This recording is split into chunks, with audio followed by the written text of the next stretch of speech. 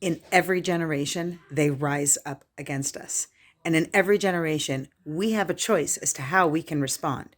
Right now, we are seeing dozens and dozens of videos being circulated trying to tell the truth. And yet, as everyone sees, no matter what we do, we are losing most of the Hasbara war.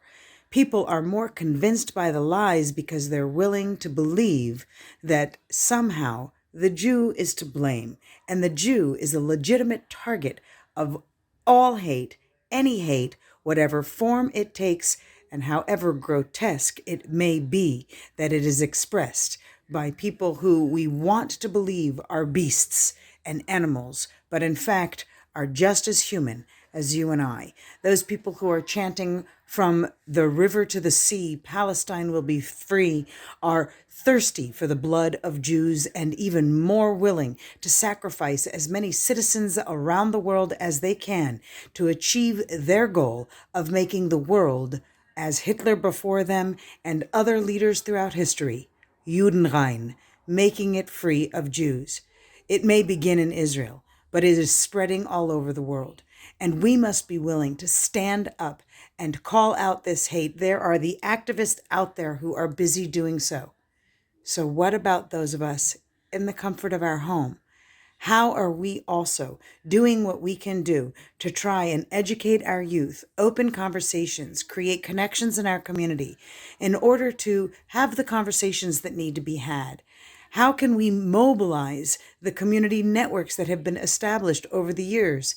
How can we find a safe space, create the safe spaces as Jews have done in the generations before us? We need to be Israel strong.